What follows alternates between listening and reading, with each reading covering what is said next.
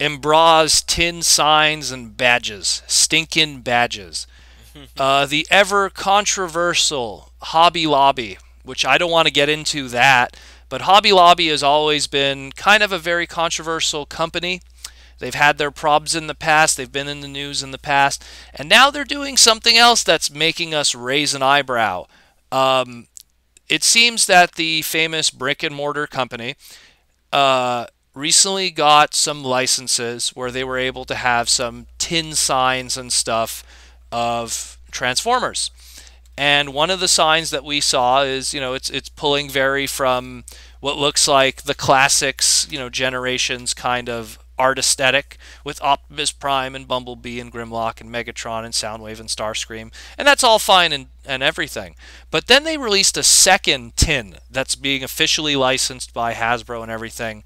And I don't know who they hired to assemble the design for this tin or something, but it just blows my mind because it looks like the guys at Hobby Lobby, and the tin I'm referring to, and again I'll post it in the image of the segment, but the tin that I'm referring to is this tin that just has a whole bunch of emblems from throughout Transformer history, and then it has one emblem with those emblems that right away, when even if you look at it, even if you don't have like the deep crazy knowledge that I do or something, you'd right away be able to pick out one of these things don't belong with the others. And there's this one emblem that isn't, doesn't look like the others, and it's, there's the Autobot logo, the Predacon logo from Prime, the Decepticon G1 logo. And what was interesting also was I was going through this and I noticed that even the Decepticon logo, the name under it isn't even Decepticon. Yeah, It said it's spelled incorrectly. they Dice. spelled it incorrectly. So it's like, man, Hobby Lobby, what is this Chinatown bootleg stuff you doing here? You know? So, but they had a Decepticon logo, a Maximal logo, the Wreckers logo from the UK verse and what's going on with the IDW books, the Viacon logo from Beast Machines, the Protector logo from the Alternity stuff that was going on with Japan, the Minicon logo, the Terabot logo, which was a pack-in sticker that came with a e-hobby figure, but also was the face found in the Matrix in Return of Optimus Prime season Yep. season 3, part 2. When they had to fight the Hate Plague, the Blendtron logo from Beast Wars Neo, the Dinobot logo, which actually should be spelled Dinobot with a Y, because it's the Dinobots from that pre-G1 history Dinobots used in both in IDW and the War Within stories. But then you have this Warrior Bot logo, and this Warrior Bot logo isn't anything in Transformers at all. And I was confused because when I first saw it, Jesse Witherich, who I've worked with Hasbro and Fun Publications, he brought it up and he was like, "Where is this from?" And I was like, "I have no idea. I've never seen that in my life." And I kind of did some research, and a lot of us did, and we ended up finding that it was like a fake emblem logo that was made by a fan that somehow got onto like a not like the official transform, not official, but it's not an official transform, but the wiki, not from the main wiki, but like an offshoot wikia that's like used for like fan stuff and everything. And I guess Hobby Lobby just like probably went on Google, typed like Transformer emblems, and was just sourcing whatever was in Google Images, and this came up, I guess. The source of this emblem has since been removed from the website since the news has broken of this, Oh so wow. it's not there anymore. But at one point, this was on the Wikia, this thing, and I guess they just sourced it from that. So between a Dicecepticon, You could look it up through Google Cache or yeah, the something like cachet that. would probably bring it up. Yeah, you're correct, Wendell. Yeah, but so between this and the Warrior Bot thing, I don't know what's going on with Hobby Lobby. They really got to get some like editors or QC guys to really look into their product here. Um, but otherwise, I mean, you know, it looks cool, but at the same time, it's extremely inaccurate in a lot of ways. But and not to mention, kind of expensive. 12.50. I don't know. Well, what about Well, the it's other image that they use for is the other image that they have for like where you see Optimus and Megatron? They also show Starscream with the crown. Well, I feel like the images that they sourced from this. I mean, I'm not 100% sure where this art comes from, but like clearly the Bumblebee is the classics Bumblebee. You know, the Dinobot, the Grimlock could be one of many Grimlock art.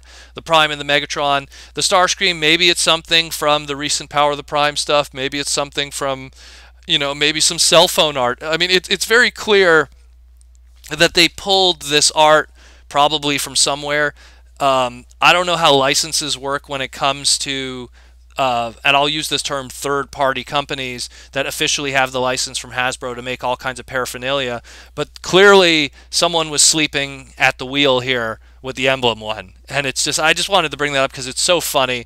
And again, it's from Hobby Lobby, which already is a company that has so much controversy behind it and stupid stuff, and now they do something like this that was so lazy. But not it's literally taking someone's fan idea and accidentally putting it in.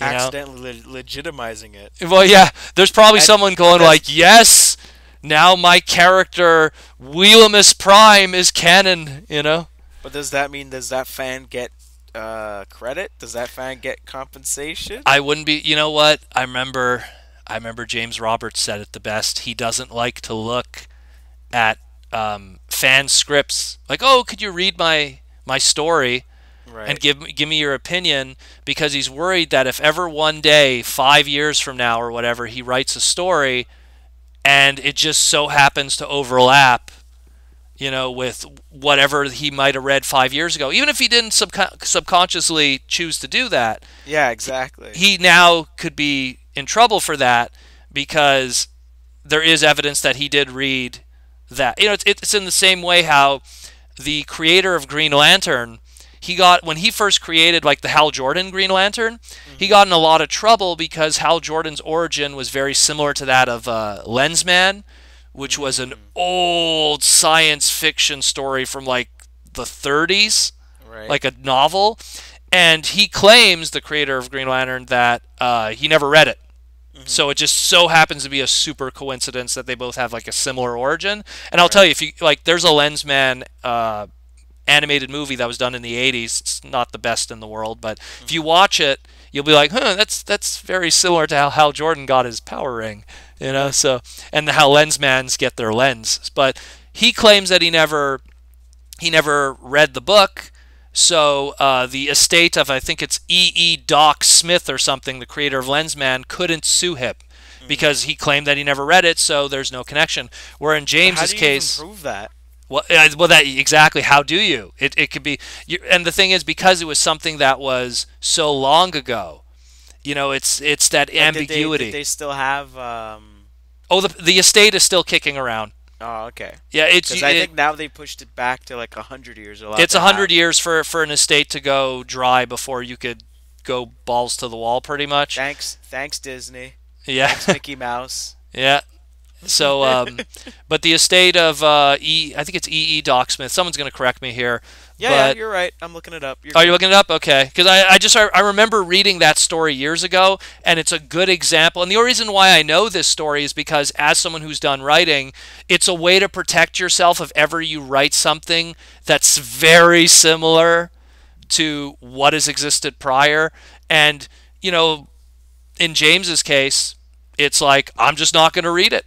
That way, because you never know, 5 years down the line, I might accidentally do something similar to what I might have read from a fan that's just said, and what if that fan is vindictive and says, that was my idea, and I have the proof, and I have the email sending it to you that I kept these 5 years. It's to protect yourself. So it's the same thing here where, I'm pretty sure that Wikia fan, if they want to, they could go, hey, I created that logo, and now you used it without my permission. Yeah, exactly. And now Hobby Lobby is going to be like, well, damn, we screwed up again. Yet another lawsuit and millions of dollars lost. Anyways, if you want to know more what I'm talking about, the rest of Hobby Lobby, just Google their name and read their. I don't want to bring that up with the podcast, but they have a very interesting history. Yeah, we're good. Yeah, we're good. But yeah, so anyways, that's that. Very weird. they're cool looking, but at the same time, the mistakes on it right away put it in that something I would find in Chinatown.